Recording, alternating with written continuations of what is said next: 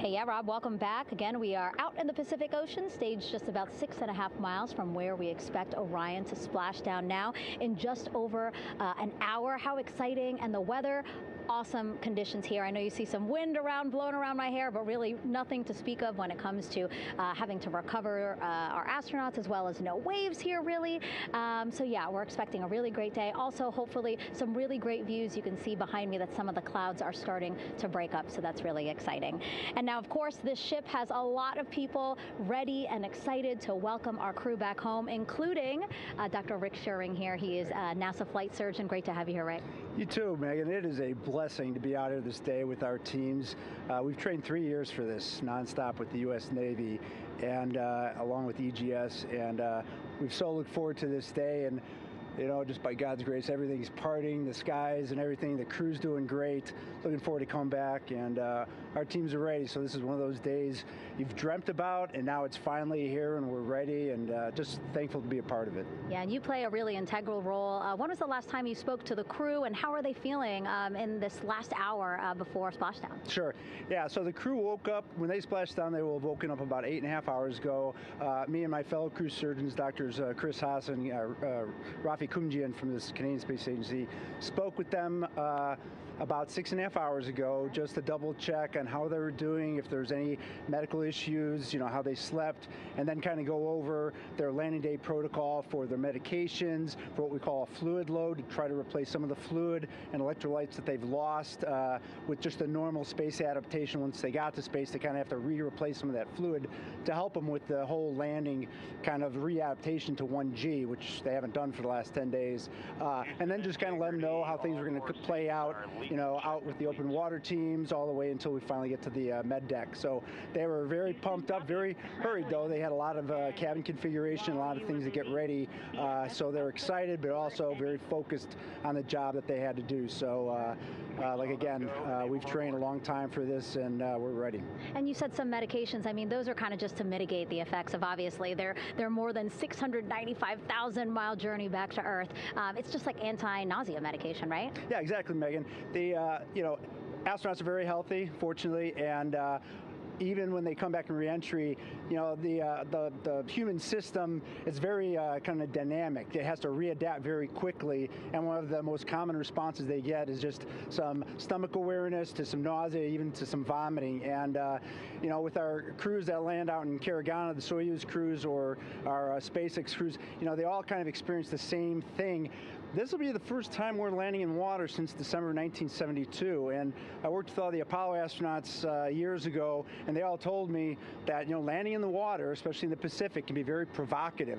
So we take steps to give them medicines to really mitigate some of that nausea, vomiting, help them feel a little bit better, and also sometimes just use a little anti-inflammatory medicine just to help with coming back to 1 Earth, or 1G. The effects of microgravity, especially as you age and you have a little arthritis, you feel great in microgravity, and everyone kind of curses coming back to the ground, like, oh, dang, 1G, but so that helps a little bit. But for the most part, the main thing is just replacing that fluid and then trying to help them with that transition back to 1G, and then we're ready to go. Yeah, and their health is assessed almost immediately after they splash down. Yeah, so we have Dr. Jesse Wang, and we have our independent duty corpsmen, who are the Navy version of paramedics, extremely highly trained, highly experienced Navy medics and divers, who will go out there, open the capsule about 25, 28 minutes after splashdown, and do the first initial assessment. So Jesse and his team will go out there and look at each crew, kind of do their assessments, get vital signs, report back to Drs. Haas and Kumji and I back in the med bay,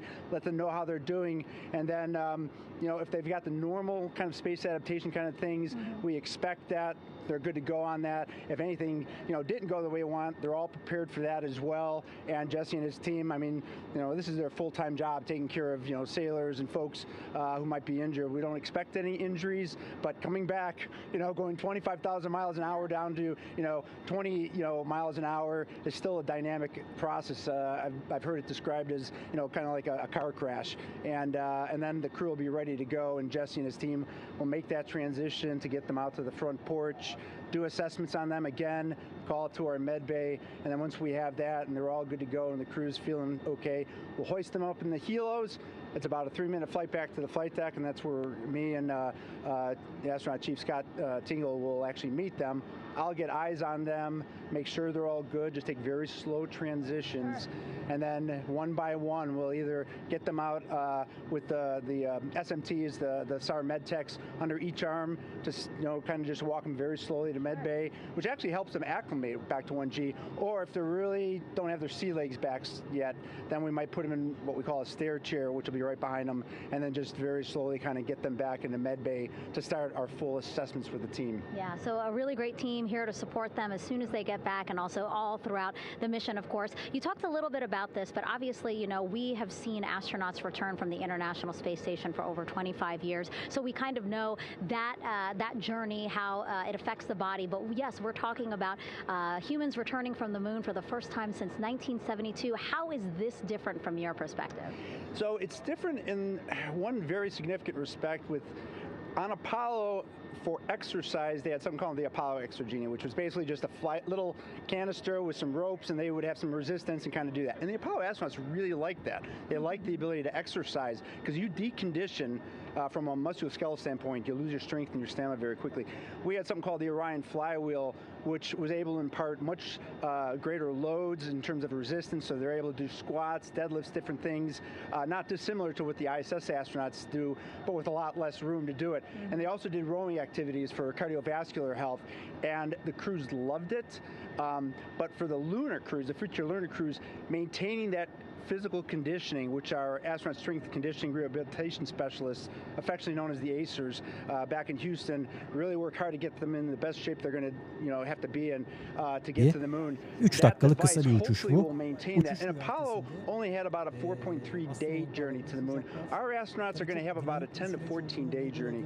So maintaining that physical fitness, that strength and stamina is going to be crucial for the success of being able to do those very physically demanding lunar EVAs. So we're very excited about what the astronauts have said about the device and what they have to say about the role exercise plays, going to the moon. And also the mental benefit. Sure. They just really like sweating, breaking the sweat, and actually just feeling like they're just getting a workout. Right. So thank you so much, Rick. I really appreciate it. I know they're going to be in good hands, so we'll let you get back to it. Thank you so much. Megan, thanks for the time. Back to you, Rob. Okay, Megan, back here in Mission Control in Houston, everything is moving along in order. This view of Reed Wiseman on the left, Victor Glover on the right. We have good suit leak checks. Everything aboard Integrity is in excellent shape. The vehicle, with the Earth growing larger and larger in the field of view, we're now just about 8,200 nautical miles away from Earth and closing in for a splashdown just 1 hour and 5 minutes from now.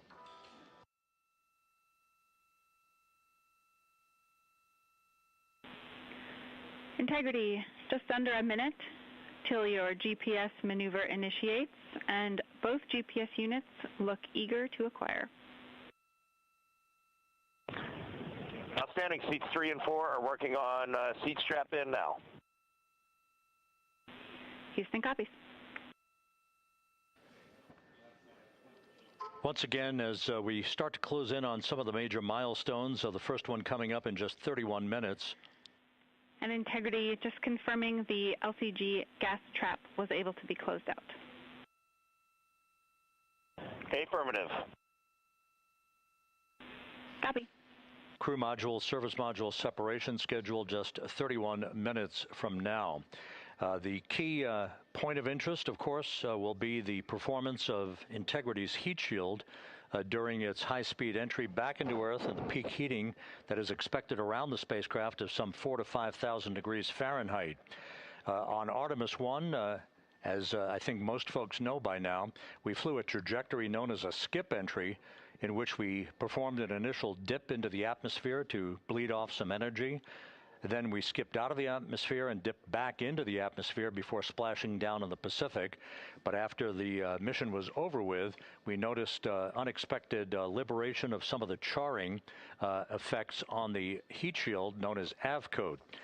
Before the flight, we had an opportunity to sit down and talk with Entry Flight Director Rick Henfling to get a perspective on what this all means and how the mission was redesigned to try to protect Integrity's heat shield to a higher extent. Let's take a look at that interview.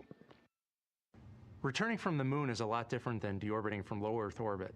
When we return from the moon, we expect to achieve velocities upwards of 36,000 feet per second. And in order to slow down to a nice, graceful splashdown in the Pacific Ocean, the flight crew is going to experience between 3 and 4 times the force of Earth's gravity. On Artemis 1, pressure buildup inside the char layer of the heat shield resulted in the char losses we saw.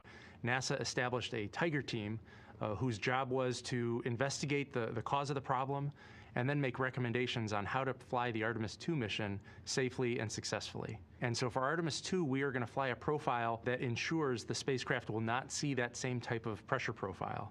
And so the char losses seen on Artemis 2 will not be like the ones that we saw on Artemis 1.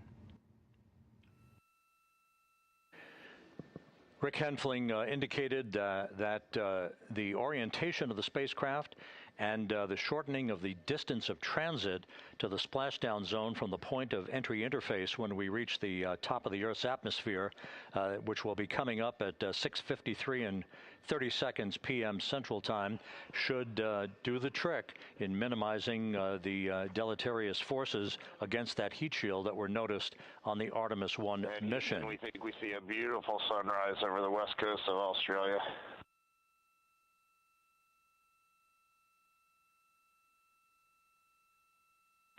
We copy.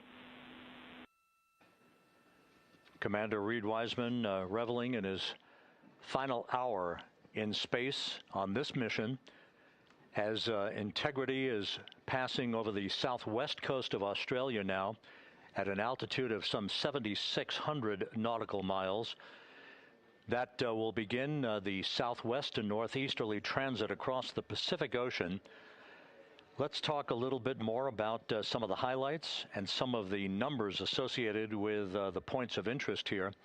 We are 27 and a half minutes away from crew module service module separation. That will be followed about 3.5 minutes later by the raise burn that we've discussed, a 19-second burn of Integrity's thrusters to fine-tune its angle of attack as it enters the Earth's atmosphere. Entry interface is scheduled 47 and a half minutes from now. That's the point at which we will reach the top of the Earth's atmosphere, traveling about 34,882 feet per second at an altitude of 400,000 feet. Just 24 seconds after entry interface, we will begin a blackout period of 6 minutes in duration at 6:53 and 54 seconds p.m. Central Time. Now, right about 10 seconds after the blackout period begins, we are expected to reach peak speed, which would be 24,661 miles an hour.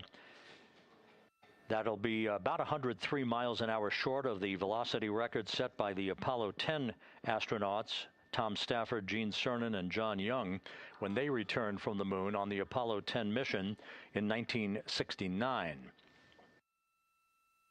That blackout period is expected to last 6 minutes in duration. At 6:54 and 52 seconds p.m. Central Time, we'll reach our peak heating period of about 4,000 to 5,000 degrees while we're in a communications blackout from Integrity and its astronauts. That blackout should end at 6:59 and 55 seconds p.m. Central Time, at which point we expect to regain communications with the crew. Capcom Jackie Mahaffey here in the flight control room will be talking to the crew, calling them, and we'll await a response from the crew as they come out of that blackout period. And at that point, their altitude will be just 157,000 feet above the Earth, traveling at 13,000 feet per second with a range to splashdown of just 147 nautical miles. From that point on, the next key series of events will be the deployment of a series of parachutes that we discussed before. First, the forward bay cover chute deploy that will pull the forward bay cover away from the top of Integrity, followed by drogue chute deploy, and then the main chute deploy that's expected at 7:04 and 44 seconds p.m. Central Time. That will begin the gentle descent of Integrity towards its splashdown at just a velocity of just 19 miles an hour. and that will begin the recovery operations that you just heard Megan Cruz discuss with her folks on the USS John Murtha. All of Integrity's systems in great shape. The crew is suited up. Leak checks complete as we stand by for the next major milestone, which will be the crew module service module separation just 24.5 minutes from now.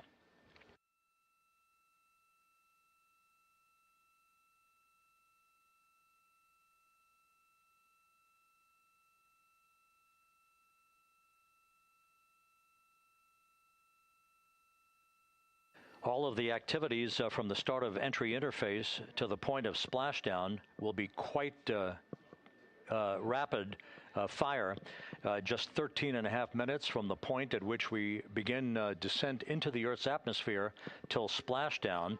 And just to show you, as Rick Shearing, the flight surgeon, alluded to in his interview with Megan Cruz, all of this happens to decelerate the vehicle from traveling around Mach 33 to just 19 miles an hour at splashdown. All of that happening in just 13.5 minutes. But the vehicle and the parachutes are all designed to support all of that, so we'll be standing by to report all that to you in sequential fashion as these milestones are ticked off and as we hear from the crew during its entry back into the Earth's atmosphere and ultimately when they emerge from the blackout period, and at that point we'll be just minutes away from splashdown.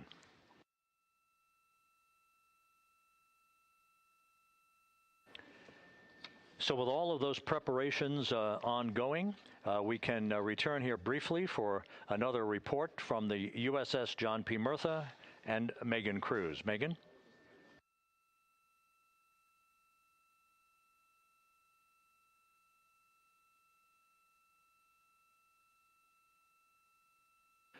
And we'll regain that communication with the USS John P. Murtha just momentarily. In the meantime, everything is on track aboard Integrity, the flight control team here in Houston, led by Entry Flight Director Rick Henfling. The voice you will hear talking to the crew is that of Jackie Mahaffey. She will be reporting everything to the crew and receiving their reports as they enter the Earth's atmosphere for their 13.5-minute plunge back into the atmosphere for splashdown off the coast of San Diego. Now we have the ship back with us and Megan Cruz aboard the USS John P. Murtha. Megan? 11 balloon, right?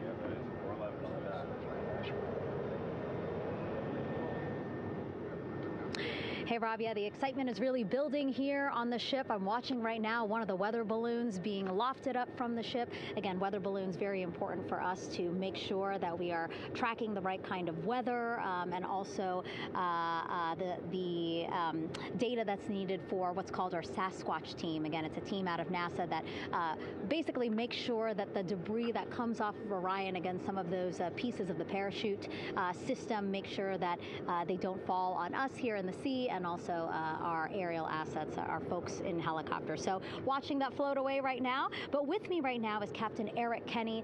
He's the commanding officer